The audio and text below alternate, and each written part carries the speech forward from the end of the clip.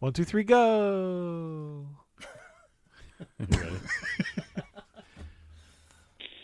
And now for our feature presentation. This is great because on the back it actually says this film is also known as The I'll Watch It Later podcast. Never heard of that film? And now, on with the show.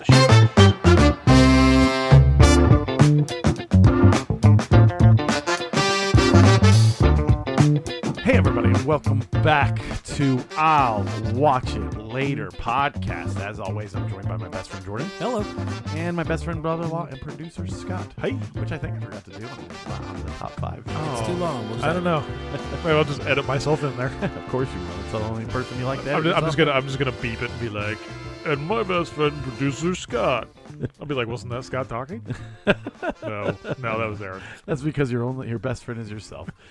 Gotta be someone. We are back. It is 2022 with the first film of the year, and we have a doozy for you.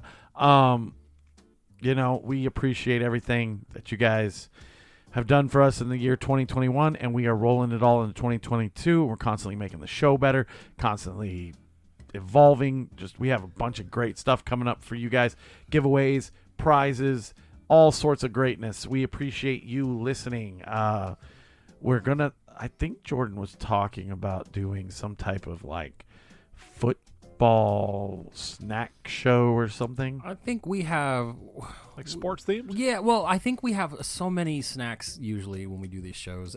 I believe the Super Bowl should be around the same time our next snack show should come up. So I think snacks.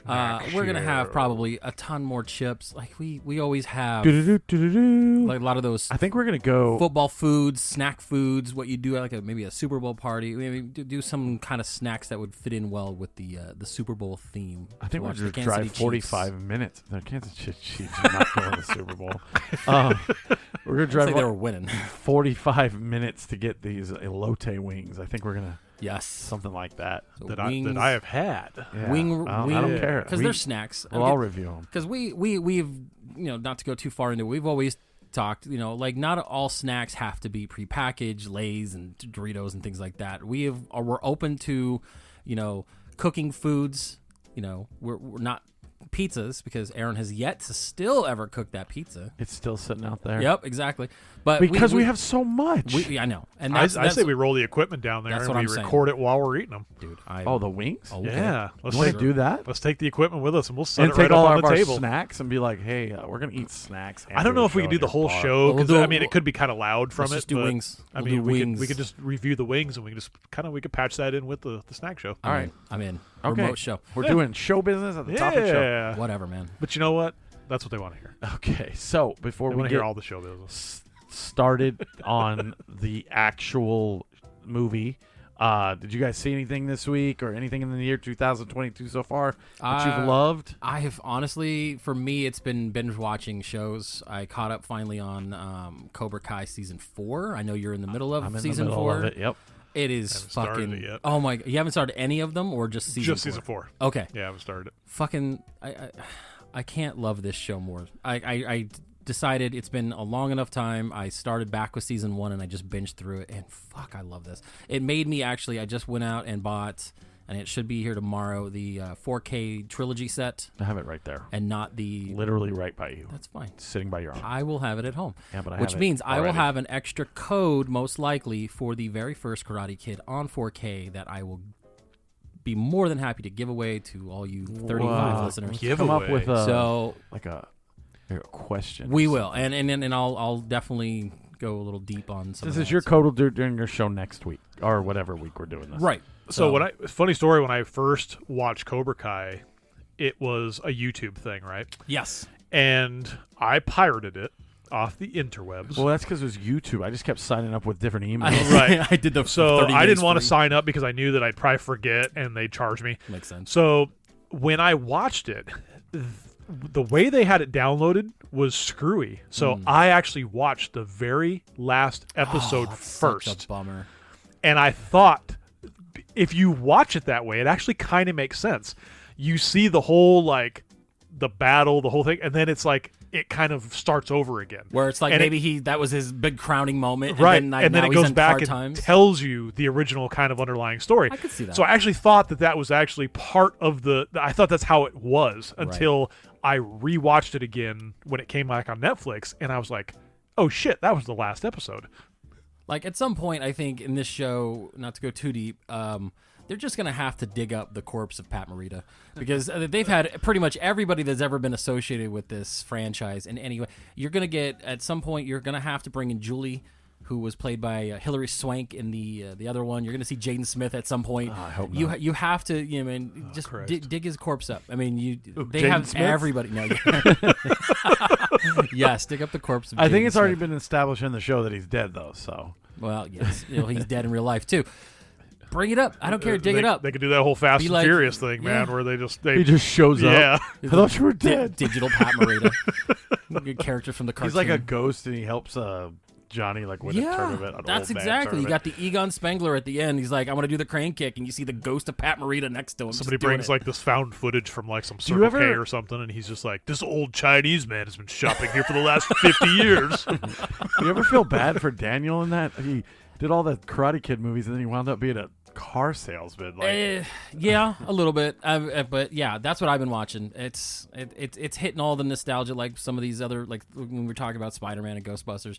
It's just getting me in a place where it's like I'm so happy to be watching this unfold, and it's a stupid teen drama unfolding in this weird karate way. I don't And care. I just, All like, the chicks in there are super hot. and so I'm like- sitting there watching it. I'm like, there's a fucking brawl in the middle of the school, and there's not one security guard. I knew that they brought in a teacher, and he's like, I'm not paid to mess with this, and he walks away. So that's perfect. He's like, one kid already broke his But back. how many teenage karate brawls are going to happen in the valley? Like, it's just crazy. So I'm invested. You'd be I'm in. surprised, I bro. want season 5 to be fucking balls to the wall, batshit crazy.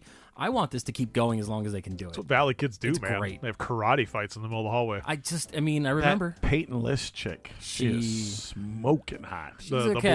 blonde gal? the bad Cobra Kai The chick. bad Cobra Kai. Yeah, chick. she was in like my girls used to watch something on. There I thought she- you were gonna say they knew her. Disney I was gonna be Channel or yeah, she was something on that- some like Disney show. She Jesse? was on. She May- actually- maybe yeah. Yeah, so she Diary of a Wimpy Kid. Crazy that I know Peyton that. List. She was in Hubie Halloween. Like now I have to watch Huey Halloween. I've seen it already. It's pretty unwatchable. But yeah, it's definitely crazy. I don't know. I don't want to talk about any of this fourth season, but it is fantastic. They bring back Terry Silver. It's just fucking bring everybody back. I don't care. I'm so happy. Scott and I went and saw The Matrix Resurrection. Yeah, watch that on TV. That shit was terrible. Yep, dumpster fire. Fucking hated it. But it was so bad that the fact that we walked out of the theater and some guy turned and looked at us. Some and was like, rando with his Yeah. kid. It was like, that was horrible. That was No, what do you say? He's like, I don't. I don't even remember the exact words, but it was something like, "What the hell was that?" Yeah. Can you believe that shit? I think it was something. Like, Can you believe that shit? Yeah, That's and, exactly what he said. That's fantastic. it was so terrible and bad. And yeah, stop messing with this stuff. Stop with the reboots. It's getting ridiculous. If you're gonna give us nostalgia, just give us nostalgia. Figure out a way to do it to where. Well, that one wasn't even trying to give nostalgia and trying to do it in a good way. They literally were just projecting old parts of the first movie on Yes. screen. So like, hey, remember this? Hey, remember this? Hey, remember I'm not that actor, but It was here he like, is. We're like, it's meta. It's meta. no, and I don't care who I fucking spoil this for. It was Free Guy. It was. We're gonna make the Matrix Free Guy because it's all just a big video game world, and they tried to go with this whole fucking story about how they were in this like fucking video game that he created in the Matrix world to fool everybody. Fuck off. Jordan can sit there and go, all he wants. He loved this movie. I didn't know. He was like, guys, this movie's great. What are you talking about? Didn't love it. I didn't hate it as much as you guys did. I saw some merit, but very little. Just missed his top Very, five. very, very little. Yeah, number one. You gotta listen to the other show. I think they just there was no story to it. You could have shaved 20 minutes off that movie. You Like could've there was shaved just. 2 I'm hours just saying, off that like, movie. as far as runtime goes, Just not it was done it. way too long.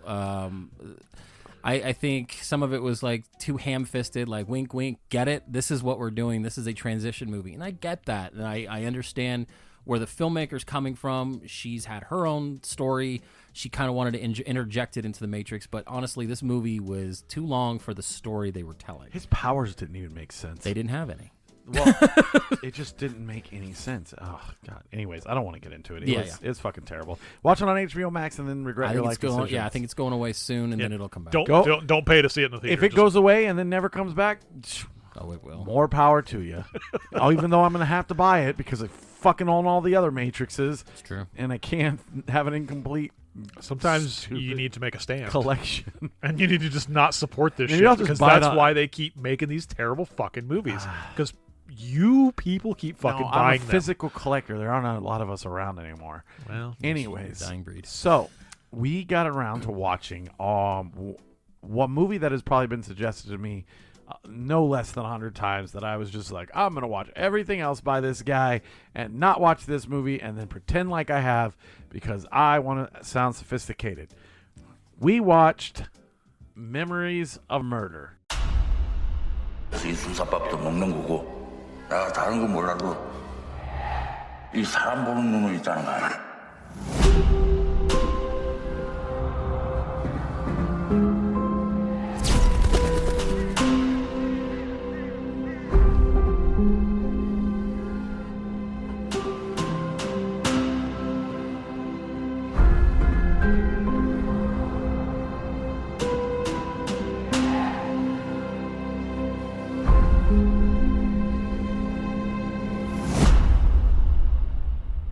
근데 서울에서도 이런 거 자주 보나?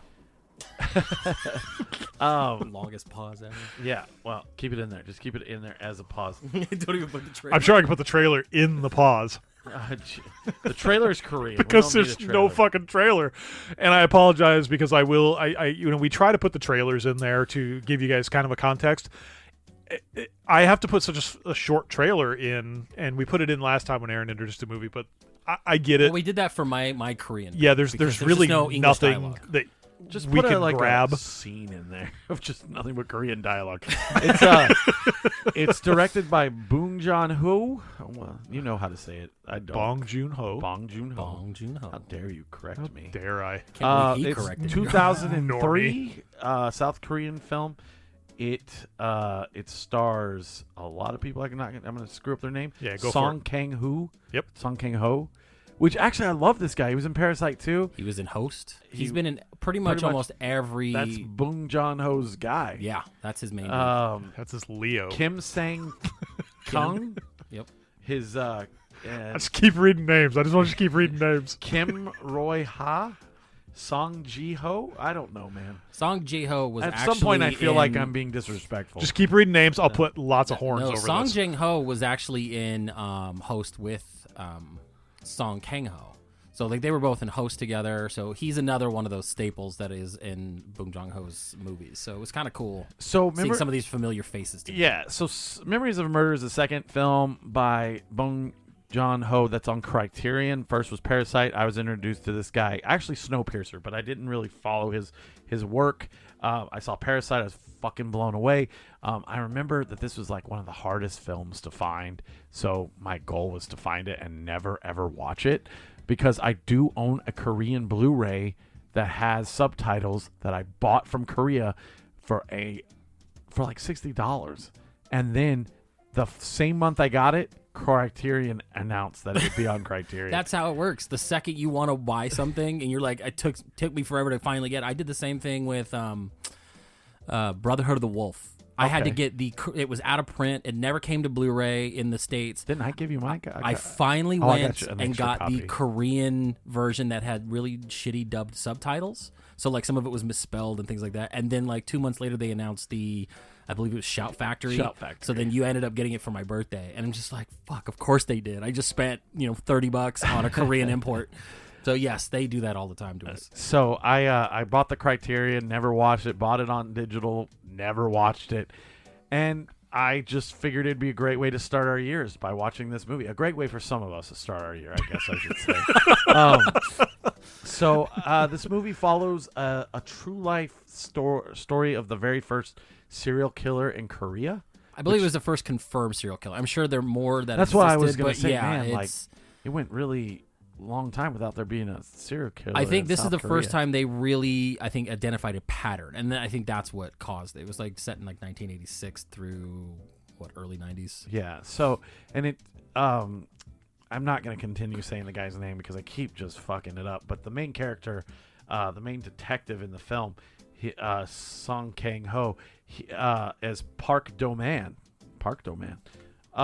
He Detective I Park. a lot of letters at this movie. and he plays kind of this, I would say, bumbling, like Inspector Clouseau, doesn't really know what he's doing detective, tries to goat people into confessing. He reminded me a lot of the Mel Gibson from Lethal Weapon. Yeah, well, I've never seen Lethal Weapon, but yeah. Huh? Yeah. I've never seen Lethal Are Weapon. you fucking kidding me? I've never seen it. I thought that was a joke. Oh No, my no. I've god! never seen any of the Lethal Weapons. I know. What? I know. Any of them? Can we move on? We're talking about No, Crazy now Run. well, you can't. Now. We have the train has fucking just drop kicked into a ditch. You found our next watch it. Everybody watch it together. We'll watch the first 3. Okay, go ahead. that's- Keep that's- going. I'm gonna look at you That's a disappointed. stunning admission right there. I know. That is rough. I was never a lethal Weapon guy. I was what was the other one? Die Hard. I like Die Hard. Oh. Lethal Weapons. I know Mel Gibson. But yes, on people him. who have seen Danny Lethal Glover. Weapon know that he is the Mel Gibson cop character in Well, this movie. Here's the thing. I This don't think movie, he's suicidal.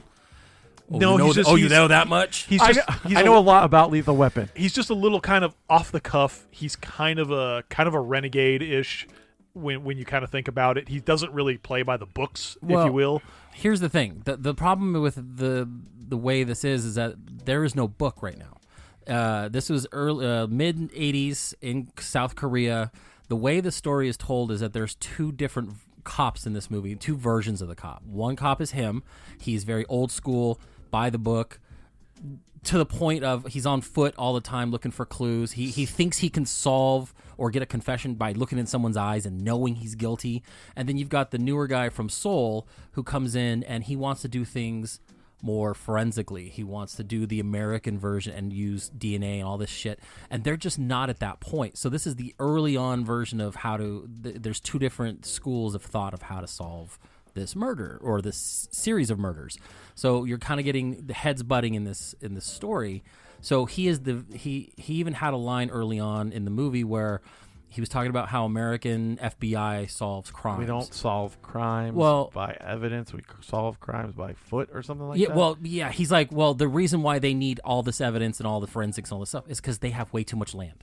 Yes. And you can't walk around and solve the crime. He is under the impression that to solve a crime, you have to have your feet on the ground, and that's his the old school crime solving mentalities, to the point of he tries to beat confessions out of people and things like that. So much beating of confessions. Right. So many drop kicks in this. Oh my film. God, that was, by the way, that was improvised. That wasn't in the script. He straight up just jumped and double-footed the other main character. Fucking Mortal Kombat. I love style. Hilarious. scene. That made me laugh. Go ahead. Sorry, keep going. No, this was made around the same time as Old Boy, which I like because they both visited each other's sets, and I just the whole atmosphere in this is very.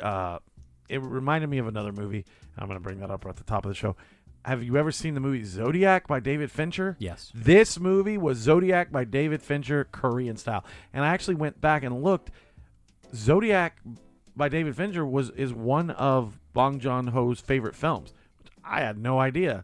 And I can't remember which one came out first. Not like it's something I can't look up, but I just felt this was very like on par. It wasn't as dark as Zodiac, but it still had the same beats as Zodiac, and I like. It definitely had more comedic There was performances. definitely in this. a lot of funnier things in this. I felt like I was on the edge of my seat the whole time.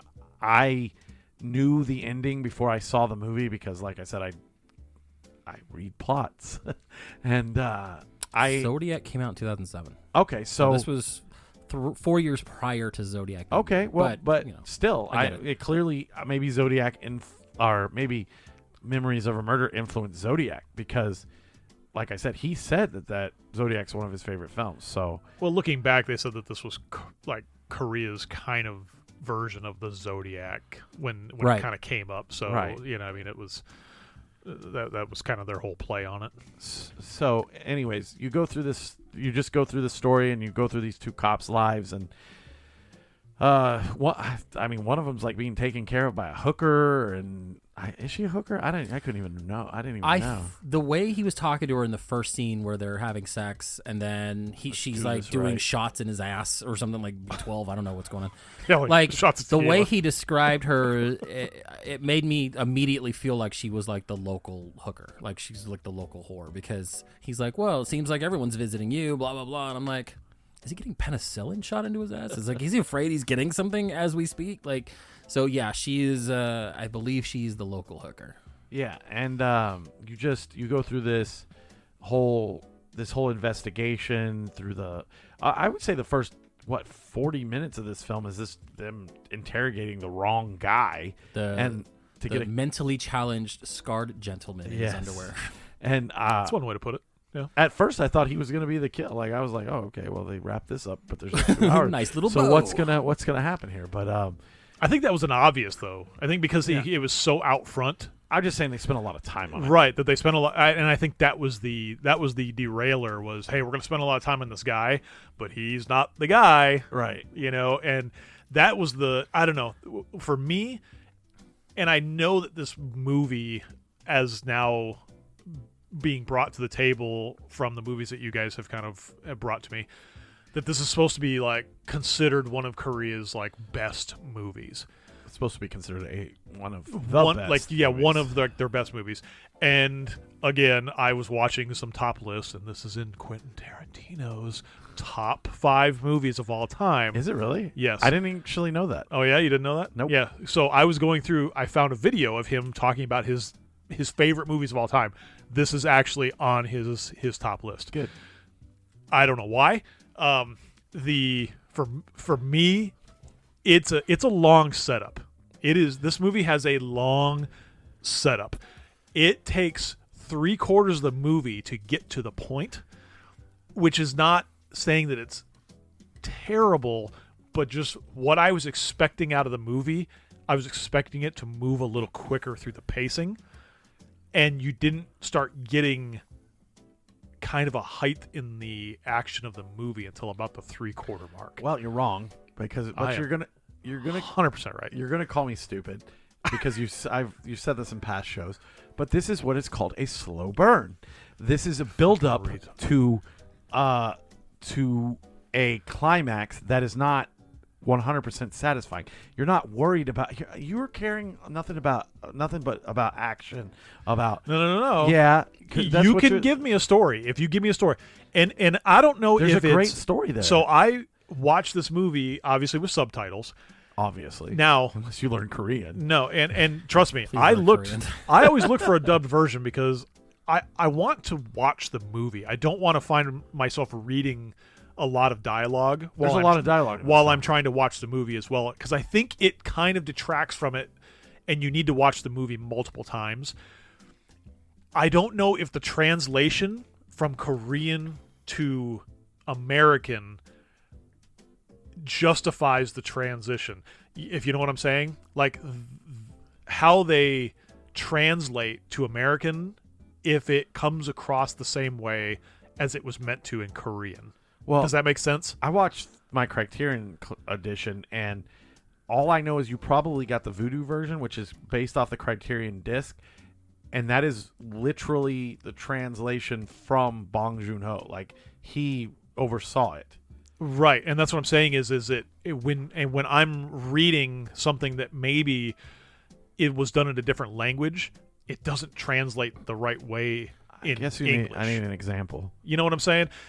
It just seemed like the dialogue in the translation for me seemed a little flat. Like it really wasn't. It could also be just you know what I'm trying to say? It might also be cultural. Like there could be like ways they talk, ways they do dialogue, way they maybe convey a joke or trying to convey some kind of.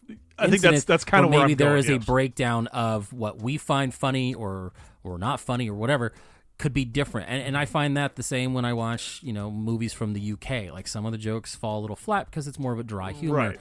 I think that might be it. And if you're not used to watching as many, say, Korean movies as maybe me and Aaron, I could see where the disconnect can happen. Yeah, I think for somebody like me, it may not even be just the translation of the words. It could just be the delivery of it, or that's what probably it should the be delivery maybe of it. I mean, for somebody like me, this is probably not going to be a movie that your normal movie person is going to be, like, I've got to watch this movie because it's on the list. They're not going to watch this movie for a normal person, because I wouldn't have watched this movie if you guys hadn't brought this to the table, because I'm not. We like to consider you a normal person, but you're not the normal audience. I would say any cinephile or anyone who wants to get into movies would watch this movie. It's part of the But see, you just collection. quantified it by that, because no one, cinephiles and a normal movie watching audience are two different things. I know a Cinephile, lot of you and I normies who've seen this film. Okay. See, I don't look at stuff from a Criterion collection. Like when you guys are like, "Oh, it's a Criterion," I'm like, "Fuck it, whatever."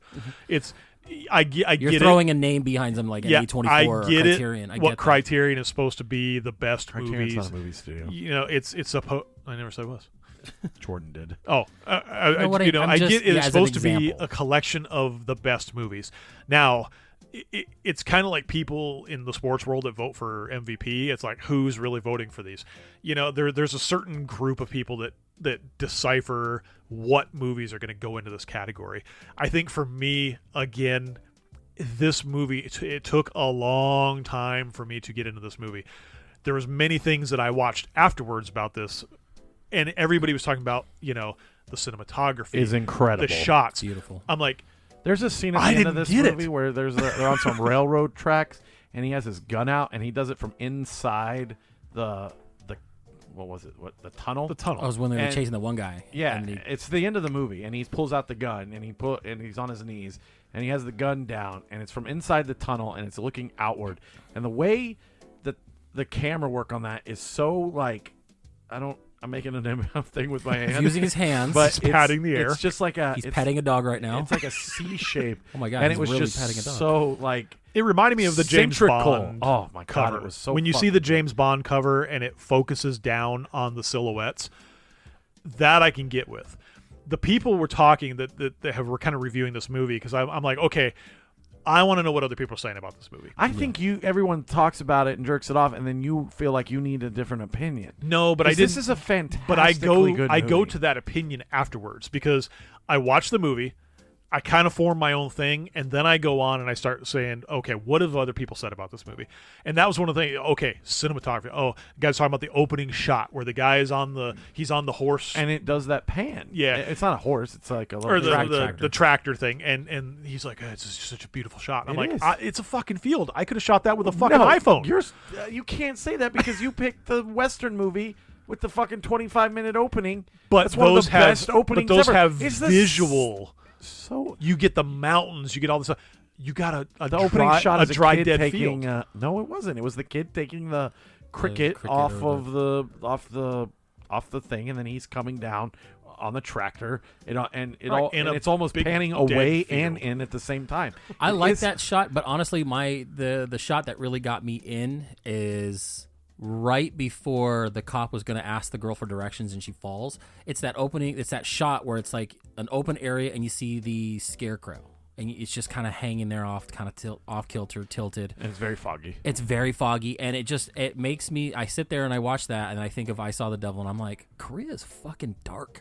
like I don't know if I ever want to go to South Korea. Well, they were It's having always all raining. those- It's always dark and foggy. It always feels ominous. Like I haven't seen a Korean movie where it's like, hey, look at this sunny fucking day, and we're all having a great time doing karate. I or can something. say that shot led us into probably the best part of the movie. Yeah, he so fucking fantastic. Yeah, because it leads into another good part of dialogue where you really meet the characters and you understand the two opposing sides of how they want to approach this this case. Where the cop from Seoul, he's walking down the street, some woman's walking away freaking out. She falls down a thing. He goes to help her. She's like, "Get away from me!" And the other cop pulls up and, without breaking a stride, does a double-footed flying kick into the guy. Just kicks him in the Which, fucking chest. again, was unscripted, hilarious, which is another part of the, they bring a little bit of comedy into such a dark subject matter. They get this guy, he pulls him up, put handcuff on him, and then it cuts to they're sitting in the car Obviously, the guy's out of handcuffs, and he goes, well, why didn't you just tell me who you were? And he goes, well, why didn't you just, not drop him? Well, it's like, and he's like, how are you so? And he's like, how are you so bad at not telling me who you were? And the guy goes, well, how are you so bad at identifying a suspect? Right. Like, and it really brings like, which is awesome because earlier in the movie, there's a guy who had raped another guy's sister, and they're sitting next to each other in the jail filling out paperwork, and he's like, I can tell which one it is just by looking at him, which kind of is a whole theme throughout this film. And that's how it ends. Yeah, and he starts staring them both down, but he never explains it to you. But then throughout the movie, you're like, oh, this dude doesn't know what's going on. He's got a gut instinct. Who's to blame? Yeah, because he wants to blame the guy with the mental handicap. Yeah. The whole time because someone said he used to follow one of the victims. And at some point, the detective from Seoul starts falling into that, starts thinking the same way because he's so convinced it's this one guy, and he can't prove it, and he starts questioning his own methods, and to the point where it pretty much drives him crazy. And you get the last 10 minutes of this film, and it's just fucking amazing. It's dark and it's gritty, and it's like it doesn't go the way he expects it to go, and you're just like, you kind of feel bad for him. To give context, this movie was made in 2003. This was a real series of murders from like 86 to like the early 90s, and up until they made this movie, they didn't know who the real killer was. So they end this in a way where you still don't know who the true killer was. It wasn't until 2019 that someone actually admitted to these murders. Mm-hmm. So instead of saying this is based off these, and then we're just going to throw in, a tightly wrapped present of we found the killer, the story's wrapped up, yay, they end it with they never solved the case. They never officially solved the case. They never figured out. And, to ruin the end of this movie, the last shot is the main guy who thinks he can look you in the eye and know your guilt. He's told that, the someone was there at a grave, and it was just a normal looking dude. It was the first crime scene. Yeah. He went back to where they found the first body. Yep. And it was in this kind of a canal, irrigation like a little canal, irrigation canal. And in the first, when you see the first victim, he finds this girl kind of shoved in the canal. Yep. So he, after years and years later, he's now a fucking juice extractor salesman, and he's married his hooker, and they have 2 children. And he's driving by the original scene where they found this first woman, and he walks up to the canal, and he kneels down, and he's kind of having flashbacks of the first victim. Yep. And this little girl comes up and is having a conversation with him, and she was like, yeah, it's so weird that you came up here because someone was just here at the same time.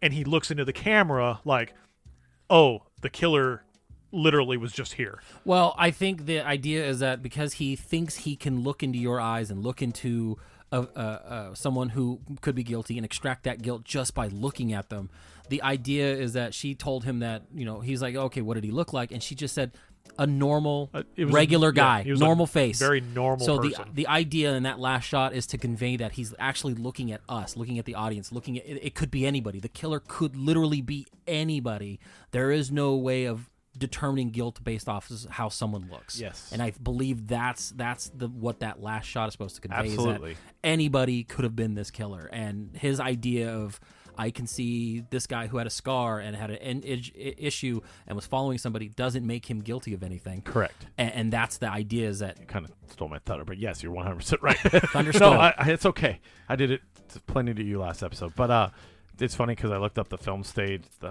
just some stuff, and the first shot is that shot I was talking about, the tunnel. Right. Which I think is awesome. But... yeah, I completely agree with everything you said. That's pretty much what I was going to say. I just think that it's the way the story's told, not necessarily the story itself. You don't like it because you didn't get an ending because you're weird and you're kind of normal and dumb. But no, I don't need a constant payoff. I think that there was not even remote chance of any type of resolution. And what I was expecting was a little bit different. And the ending didn't blow me away from a standpoint where I was like, and I compare it, and I've said this before, and I kind of told you briefly without trying to ruin what I was trying to say.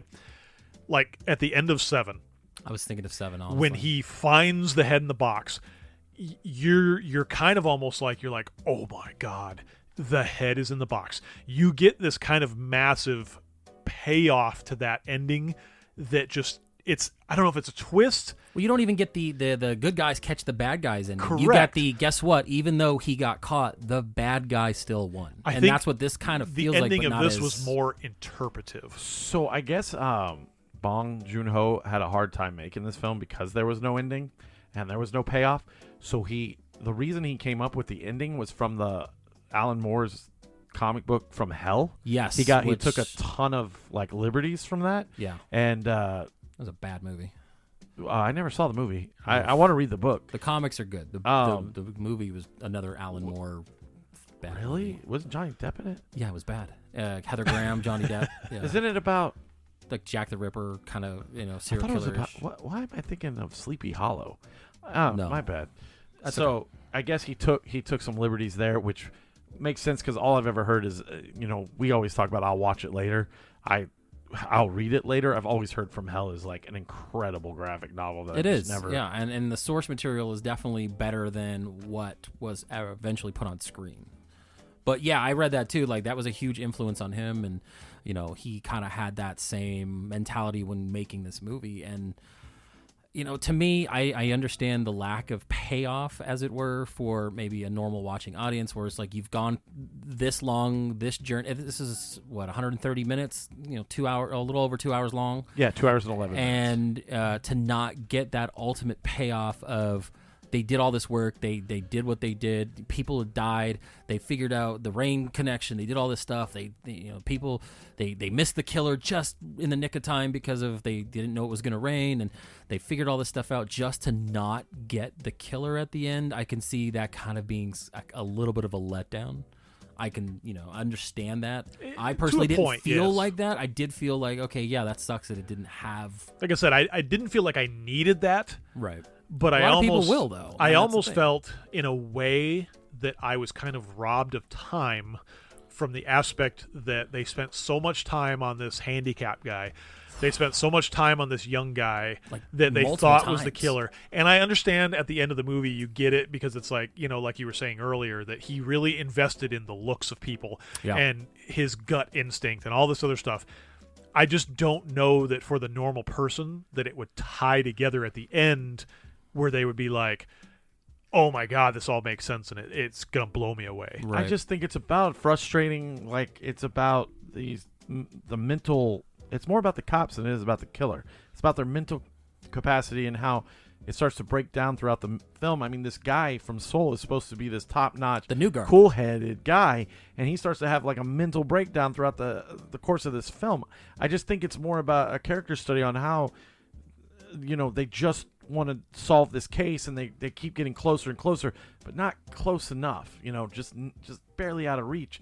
It's like putting carrot in front of the horse, and it's more about the atmosphere and what's going on in this town and these two cops and how they're interacting and their different methods. And well, it's about the war of how they approach the case. I mean, you've got the one that is willing to beat information out of somebody to the point where when he finally does it again, he gets kicked off the case. You know what I mean? Right. Like, get the fuck out, stop hitting people.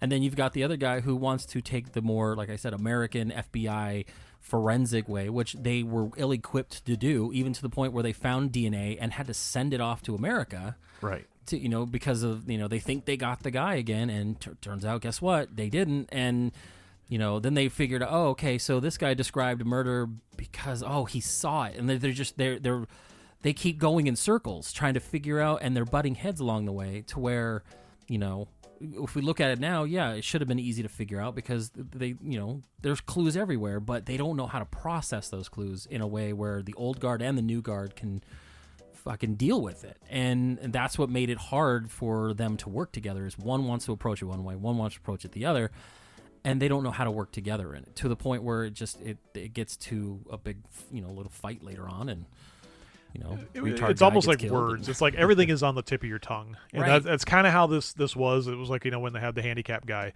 and he's like, I saw his face 3 times, and I was there, and I was hiding in the hay bale, and then he like freaks out and he runs away and he gets hit by a train. So it's like, I can understand when you watch the movie when you start kind of correlating everything together, and it was like, man, everything was right at the tip of their fingertips, and they never quite got it. So imagine that. That's super frustrating. It is and that's what frustrating, but I drives them don't. crazy at But the I end. don't think that, like, for me, that message completely conveyed in the translation is kind of what I'm going back to with the subtitles, having to read it, the whole They thing. were frustrated? No, that I didn't. It didn't convey it from. You know how some movies do very well with dialogue, and they set the tone with dialogue. This one is kind of. It was a little strange in action with them, and I don't know if it necessarily. Some movies, actors can convey that with just movements and their body language. I didn't get a lot of that from them. It was more in the story, how it progressed. So- you start getting it. So for me, I can see, because I'm used to this kind of stuff, so I read and look away real quick. I could see where if your focus is not so much on the actor's portrayal of a scene and you're trying to read what the dialogue is, maybe you're not Right. absorbing. It takes away a little bit. Absorbing the acting, like you're saying, where they're maybe doing a lot more facial expression, and you're too busy looking down and. Because you got this scary ass, big ass TV, and you can't look up at the same time. You know what I mean? So you know what I I'm was saying? doing just fine. I'm just kidding. You know what I mean, though. But I could see where maybe that could be a problem, where you're not invested in the physicality of something if you're too busy reading. I think for moviegoers like you that are used to watching that type of stuff, right? Things like I don't watch a lot of subtitle movies because it's a very much was a turnoff for me to watch a movie that was subtitled. And it wasn't something that I enjoyed watching, and I put myself out there for the show and for the movies you guys pick because I want to down. Well, just here's the because thing, you like- don't no, and I'm not saying that. I'm not saying you have to dumb it down for me. I'm just saying for somebody like me that is going to pick up this movie, there's probably going to be a lot of things that they might miss because it is a lot of back and forth. But do you this think is a it was movie. the subject matter? Because we watched I Saw the Devil, and there was points where there was no dialogue and just crazy stuff happening. And I think Right. maybe that's why But you there enjoyed that wasn't. more. There wasn't a lot of dialogue, and I think it was more based on the story and the performance Yeah. that you didn't have to follow along like you were reading a book. I actually, at the beginning of the movie, I thought my subtitles were broken, and I actually stopped my movie and was going through because he was sitting there looking at the first victim that he found, and the little kid was sitting on top of the irrigation thing, and I didn't realize the little kid was repeating 'em. repeating the lines. I'm sitting there going, are my subtitles fucked up? Are they going to be doubled this entire time? I'm going to be so pissed. I didn't realize he was being a little mimic and repeating lines, and then it would he was stop acting doing like it, and then it would kid. do it again. I'm like, Yeah. what the fuck's going on? So, yeah, I would have been so pissed. Like, everything's doubled, and it's just like all these words everywhere. I would have been so mad. I thought it was broken. Oh, But man. yes, I could see where if you're looking for more performance and less reading, a movie like this where it's very dialogue heavy, I don't very think you can judge it based on that. no, though. but, That's not see, fair. no, he can judge it that way because that's judge how whatever he he wants, interprets but- it. but But if- that's what I'm saying. Like, it's subjective. If I'm gonna give it a rating based on me sitting down watching this movie once, this is probably a movie that, in order, I guess, to probably appreciate some of the more finer things in the movie, that I would have to go back and maybe watch it a few times so that I'm not so hyper focused on reading and looking up constantly. especially if you constantly know back kind and of forth. what the dialogue is or like what's going on. Did you so you didn't can have kinda, this problem with I Saw the Devil? Again, I saw the devil. It There wasn't was very dialogue heavy. though. They weren't sitting there doing these long soliloquies of dialogue and trying to talk through things. He was literally just cutting. I think Achilles tendons and I saw running the around. devil was very. I think it was very They played more on the atmosphere than the like dialogue. music based. Yeah. It was soundtrack. It was ambiance music. It was more shots. And again, like I said, this is probably the third I think Korean movie I've seen because I Saw the Devil. Mm-hmm. I've seen this one, and I have seen Parasite. Right. I would say that I Saw the Devil and Parasite are probably better movies for somebody like me than this movie was. And I honestly, as much as Aaron is upset that that's probably being said, I completely understand that mentality. Oh, Now, that doesn't understand. ruin my viewing They were of gonna it. Say agree. I'm like, come But- on. This No, movie's I- taught in film school. Doesn't make it good. That is not true. But these don't determine the way that I absorb these This isn't- movies, though. This isn't Did Scott Understand the Movie podcast? Like, No, this is- like I'll watch you it can later, you and can there's three throw people's down, opinions you there. can throw down. You're like, hey, you need to watch you need to watch Streetcar Named. You need to watch all these movies, and I may not like half. Did of you them. say Hamlet? whatever. I mean, you got Hamlet, you got all these things that are revered as like these great, fantastic things. You know, hey, you need to watch this, or hey, you need to go see this. There's been a lot of like The Godfather. People loud, or better example is Scarface. Everyone loves Scarface. Yes, I finally watched it. I don't care. It's a dumb movie. You guys suck. Your opinions are terrible. This is not a good movie. Stop being a wannabe rapper. This Scarface isn't that great. It's a bad movie. The greatest thing is movies are subjective. Honestly, they are. But see, you think it's a good movie. I didn't think it was that great. It is a good movie. The acting was over the top. Al Pacino is not a Cuban refugee. Shut up. Like, this is fucking. It's stupid and whatever. It's got a lot of iconic lines. I get it, but for me, I didn't think it was as great as everyone else jerks it off. You know, this may not be the movie for Scott. You know, if you get a Korean movie, like, okay, so another Bong Joon-ho movie that I think you might like is Host. It's a monster movie. It's Korean. It's got some of these same actors. It's not very dialogue heavy, and it's pretty fucking fun. You might like that over Memories of a Murder. Welcome back to the Host podcast. I'm just saying, like, you know, Jordan, where he brings up the movie The Host in every single episode. It's good. I'm just saying. I'm your host. Yeah, at least I know I'm For the Jordan. and here's my movie, The Host. Yeah, at least I can say Jordan. I'm just saying, he's like, Jordan. Yeah, oh yeah, that's right. It's the Jordan podcast. The three Jordans. No, I'm just saying is like, you know, there are going to be foreign movies that if you have to sit there and focus on dialogue and not the acting, it could be a problem. And I understand that mentality. That's why I'm not going to give you shit about not liking this movie. I think that's where I do agree. Yeah, there are this that moves slower than most movies, and it's because you have to build a lot of dialogue and you have to build that tension and build the breakdown of them. Their mentality and their mental state, and sometimes you can't just do that right away. You have to build up, and I understand the reasoning for it, and that's why I didn't find it as boring, as a start. I just, I can see where you're coming from. I didn't say it was boring. I just said it was slow. I said it was kind of slow to get to the point. Now, I don't know. Obviously, I don't know our listeners out there where they sit on the movie scale per se. I'll ask all 30 of them, but. For me, I kind of want to just give an honest perspective from somebody like me by saying, if you're going to sit down and watch this movie as a normal movie person that enjoys the, you enjoy the Fast and the Furious, Spider-Mans, the Ghostbusters, you enjoy stuff like that.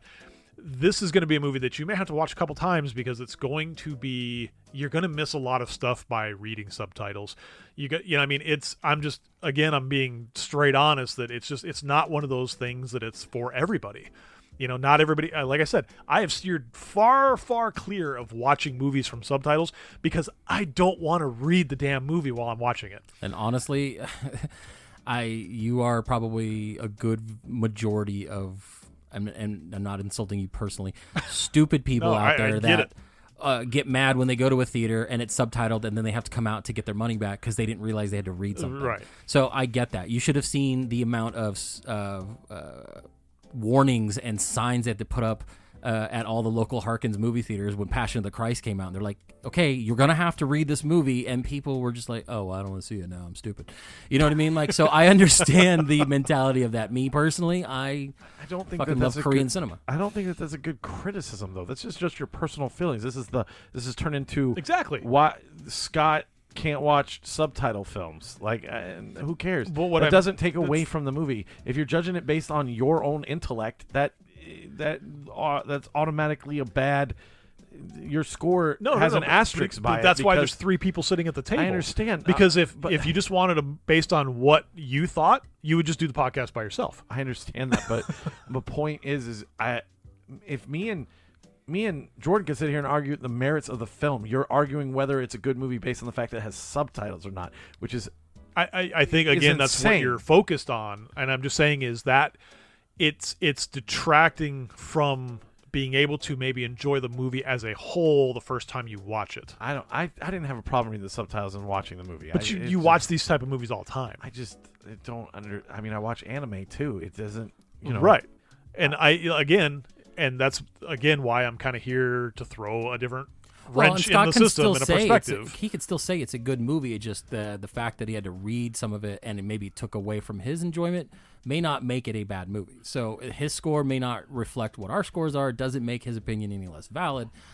he honestly, as much as I hate to say it, he does represent a good portion of moviegoers that would hate reading a movie. Yes. I don't know. I feel like the whole focus is on whether subtitles makes a movie. It's good not or a comedy, God damn it! I never said it was. It's not about subtitles. It's like I said. It's just I think I'm just trying to give a perspective from my chair and saying that somebody who is maybe looking to branch out that listens to our show that says, okay, I'm going to follow along. If they're very into movies and they're into foreign films, they're into, more Oscar, award-winning type stuff and performances and things, they're probably going to enjoy something like this. If you get somebody who's like super new to the film game and they're like, I'm going to listen to these guys and I'm going to watch these movies that they suggest because I want to learn more about film, it might be a little bit more of a hurdle for them to watch something like this. That's all I'm saying. I'm not saying that anything about the movie itself. I'm just saying for me, subtitles kind of it's one of those things that I need to get past as someone who watches movies that I need to maybe watch more of, and I need to learn. Kind of like I'm going to pick nothing but subtitle movies now. I'm sure you will. Just so you can stop using that as an excuse. No, it's like learning a sport. It's like you can't go into a sport being good. You have to practice at it. Well, it's the and same watching movies with subtitles is kind of like that for me. It's like you have to kind of build your way into it, and you got to practice it almost. It's the same type of mentality of people who go in and see a movie. It's black and white, and they go, I didn't like it because it was black and white.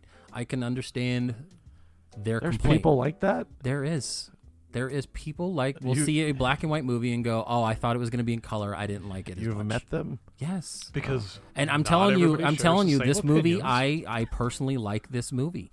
I know a few people that listen to our show that will not like this movie based off the fact that it's Korean and it will have to be read. That's so weird. It is because you're coming at it from someone who enjoys this type of thing, and you have moved past that. You have a different appreciation for things. That doesn't make their opinions invalid. It just makes your opinion different. I guess, but I would never judge a movie based on what judging, region it's from, or the fact that it's silent, or the fact that it's whatever. I understand, but you're judging him on his opinion based off the fact that it doesn't coincide with what you're saying. No. I'm judging it based on the fact that it's not the merits of the film. You're an idiot. Whether it's subtitled or not, because it's a slower learning curve for him. That doesn't. He may not understand, or I'm not saying. But it is. I'm not saying you're dumb. I'm just saying maybe it takes away from the understanding of the overall story. No, I can read fine. I'm just saying it can be a roadblock for people because it's just like anything. There's people that prefer not to watch horror movies because of the violence and stuff. My because wife they think is one of them, because it detracts from it. There's a lot of people that don't like action movies because they can't go sit and watch an action movie because it makes their head hurt. I've heard it's too loud to be a complaint. Yeah, it's kind of different strokes for different folks. But saying, oh, I don't like horror movies. Okay, I'm going to watch this movie. Okay, this movie is good based on its merits. But even though I don't like horror movies, I know that this is a good film. You're saying Memories of a Murder has subtitles. I don't like subtitles, so here's the reflection of that. No, he's saying that the subtitles distracted him from I think his you're overall paraphrasing enjoyment. what I'm saying into that I didn't like the movie.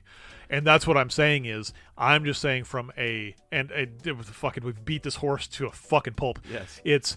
Well, we got to fill an hour. It's for somebody that is not very film savvy or a film veteran per se is these things can be roadblocks for people because it's going to detract from them to gain the entire experience of a movie by having to maybe read subtitles. All right, one last question and we'll get to our scores. What's your favorite movie of all time? Just give me your favorite movie of all time. Just something. I don't even know, man. I can't even say that I have a favorite movie of all time. That's my favorite. No, because would you like it less if it had subtitles? I mean, if I had originally saw it and had to read it and I missed things and then I had to, it may have tainted my version of it. I'm a little different, though, because I love that it's in black and white. I love Orson Welles. It's a timeless tale. I mean, it's one of my favorite movies for certain reasons. I mean, it's if it was subtitled, fine. But I'm different than Scott. It's like asking somebody what their favorite song is. If Scott says movie of all time, well, if Scott says it's like saying what's your favorite song, and people are like, well, I like this song because it's a country song. Well, you're fucking dumb because country songs suck. Yeah. Well, some people, Hotel California is the greatest song ever the made. Eagles suck. And some people are like, yeah, well, I fucking hate the Eagles. It comes down to it's based on preference and life experiences. All these things are formed basically off your opinions and your path. Right. Well, I it's get it. You well, can't it's answer how the you. question. Anyways, No, it's let's how move you on. consume. No, I can't because I don't think I have a favorite movie. It's how you consume the media, though. Like, I've seen movies in a theater that I have enjoyed a lot more than... Okay, I know this is one of your favorite movies of all time, Once Upon a Time in Hollywood. I enjoyed way better in the theater-going experience than I did rewatching it at home. Does not make it a bad movie.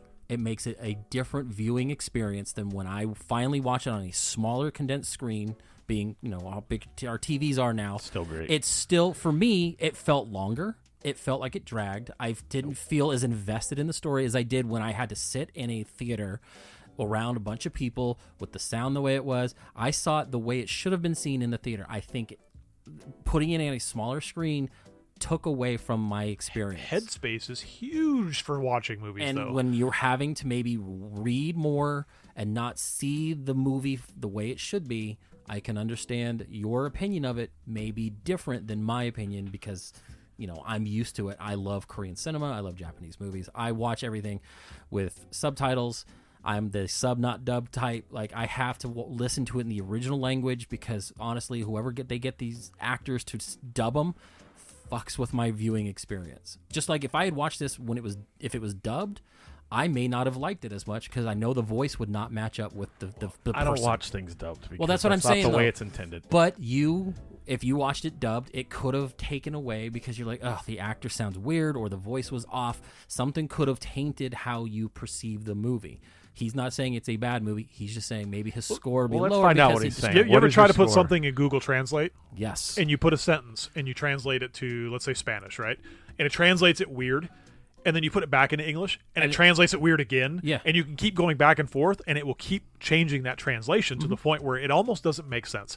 And that's what I'm saying is I don't know if that was the case because I would love to know Korean and be able to enjoy the movie the way it was set and meant to be enjoyed instead of trying to interpret the translation on film where I know that some of it gets lost.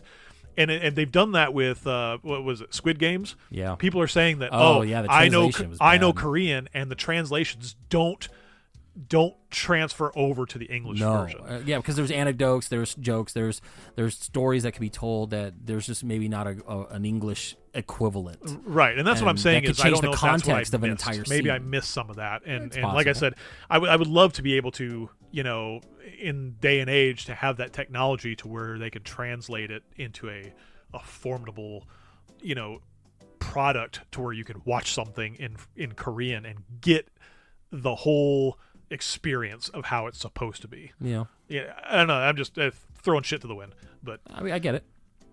so you want my rating? Yep. Again, not a terrible movie. I think, like I said, the payoff at the end, it probably didn't blow me away as much as I was anticipating it was.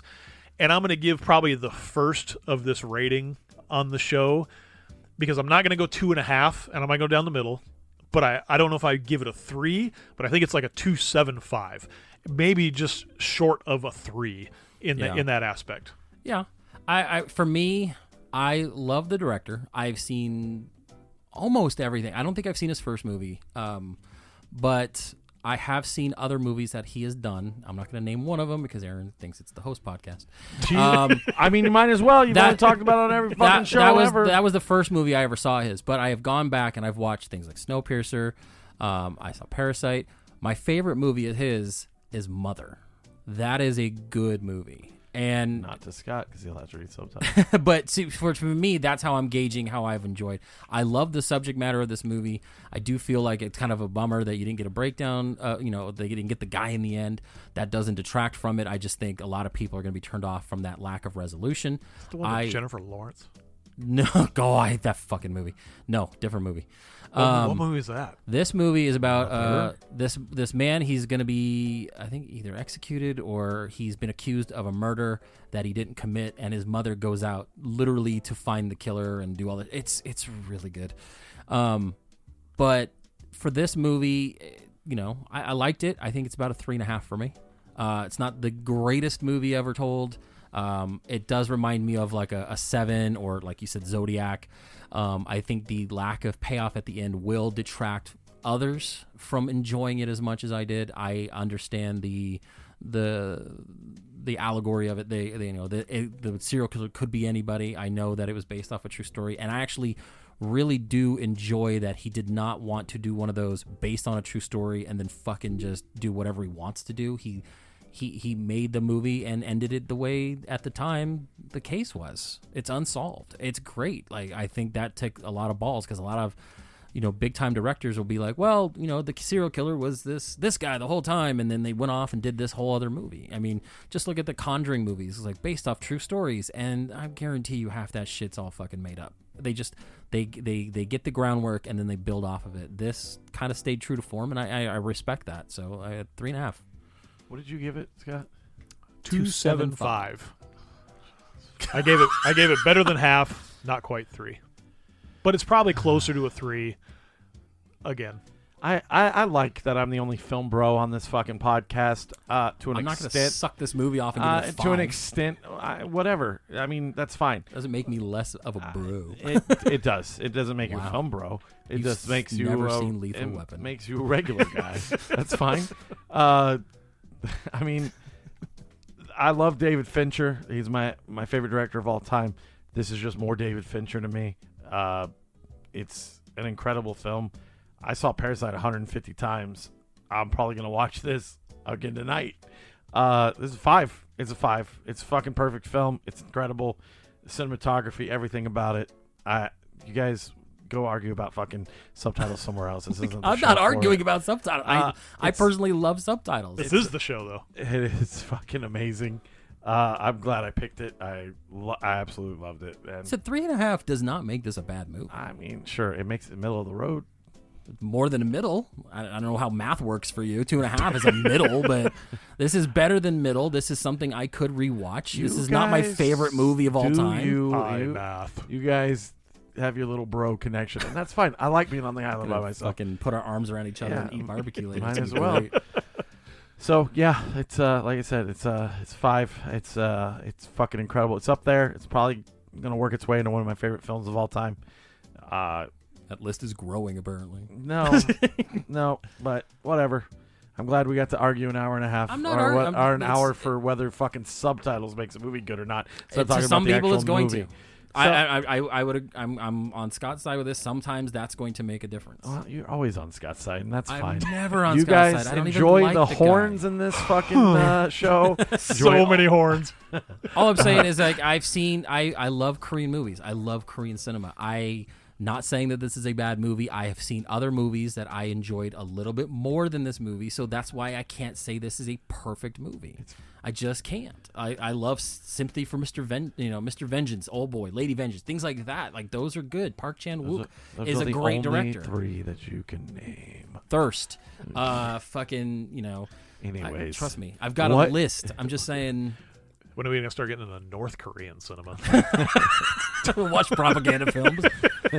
Propagandist war films. Can we do that? Oh, that would be what's your next movie? Anyway, so my next movie that Aaron will now fucking rate as a 2 because he hates it's getting a Fucking 1. shit all over it. Shit all over me. Let me bring up the movie as far as year and time goes. But the movie that I am picking is a movie that came out, I believe, in the 60s. It is Where Eagles Dare. It's a 1968 war action movie starring Richard Burton, a very young and swarthy-looking Clint Eastwood, not in a Western for a change, and a lot of other people that you might recognize, but you wouldn't know fucking from anybody. So it's a war movie. I've been circling this movie a while. In fact, I actually brought this up when we were originally kind of thinking of the idea for the podcast back in August. So I figured, you know what? Let's start the year off. I want to do something a little different than I would normally do. So, Where Eagles Dare. Now with McPherson dead, there's only 5 of us left. So you either let me know what's going on, or there's only going to be 4. From the company that brought you The Dirty Dozen, and the author who gave you The Guns of Navarone, Richard Burton and Clint Eastwood. Lieutenant, drop that gun. What? Drop that gun and sit down. What the hell are you talking about? Where eagles dare.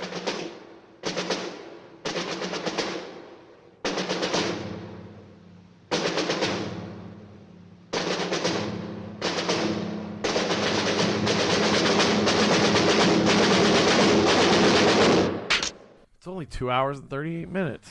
That should be fun. Wow. It's gonna go by like you didn't even know what happened. Like I had to pick a 90-minute movie. we'll for find Aaron to out. That's care kind of about. exciting. I like war. Oh, so you think length determines how much you're gonna like something? No. If something's too long, you're not gonna enjoy No, it. because my number one movie I'm just saying. was See, a 3-hour immediately. film. See, whereas No, I'm not subtitles y'all. might make I'm him not go, like "Oh, y'all." I don't want to watch this." To Aaron, Length made you a little shudder Aaron, for a second. length is everything. Well, not for Aaron apparently. Oh, we're talking about movies. He wants girth, not length. So yes, Where Eagles Dare. It's a longer movie. It may not be bad based off that. I can't wait to give it a 1. I fucking hate you so much. Because It may be a 1. Who knows? now our podcast has become a competition of whose movie's better. I'm not even trying to do that. Like, yeah, I feel like he's very upset. He had a couple movies that we may not have enjoyed. I gave it a 3.5, and now Aaron wants to spit in my barbecue later. No, here's my problem. I'm tired of you crapping on good movies. You're crapping. I didn't say I didn't even crap on this crapper. movie. You're a good movie crapper. I did not hate say that. After Hours. That was a bad movie. No, it wasn't. But I want to didn't just go back enjoy to it. saying that again. This is all subjective, man. It is. Yeah, we're all gonna go see everybody. Black You Light can together you can and be sit happy. 10 people in a room to watch the same movie, and you're gonna get 10 different reactions out of people. Yeah, You know and what I then mean? Aaron's gonna point and say you're all fucking dumb at every Yeah, time he does there's it. going to be people that absolutely fucking hate it. There's going to be people that love it. There's going to be people that didn't understand it. There's going to be people that were just kind of like, meh, it was fine. I mean, that's the fantastic thing about movies, man. It would is just that- be nice to be on the same page for once. Anyways, We are gonna be on the same page with we're on the same page with a lot of things. There are things that we have been on the same page of that we have never spoke into these microphones about, just because we have put a myopic the microscope over certain things. Put the box cutter away, Aaron, please. Just fucking don't. No, but see, you know what I mean. Like Swiping. we are just over analyzing certain things that maybe we not get on the same page with. There's a lot of other things we get along with. So he's right. Movies are very subjective. We're not always going to be on the same page. When we finally, we've had high ratings for a lot of things as a group, and then sometimes we're just not going to click. I still think 3.5 is a very respectable. If we're putting things on a 1 to 5 scale, 3.5 is good. No, I'm sorry. Should be It's 4. not a perfect movie. Yes, it is. But it's good. I like the movie. You're right. The cinematography is great. Dialogue was great. I love the acting in it. I do feel sometimes that and this is not just this movie, some of the Korean movies do play heavily on some of the wacky cop, because the first cop is a wacky cop. Like, he's just silly in some parts, and I think it's just, that's the actor. I've seen him in 4 other things, and he is just, I think that's his bread and butter. He's kind of like that offbeat type. So it could be just, that's Korean movies. But for the most part, I did like this movie. Fuck you. Fuck you. Let's go. And Jesus. can't wait till we watch Where Eagles Dare. All I'll right. tell you what, if there's a fight, I will record it and it'll go up on social media. There'll be no fight. Please. Please be a fight. Be between Okay, you two. so as always, you can follow along Jordan with said us about at you yesterday.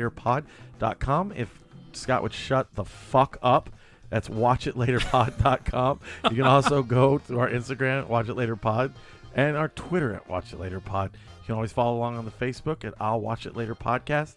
I don't know anything to sign off with. Fucking, I'm Keep Aaron. reading them subtitles. I'm Aaron. I'm Jordan. And Scott. Just come back. Please, I don't listen. know why. Just come back. Please tune in to our next episode. Can't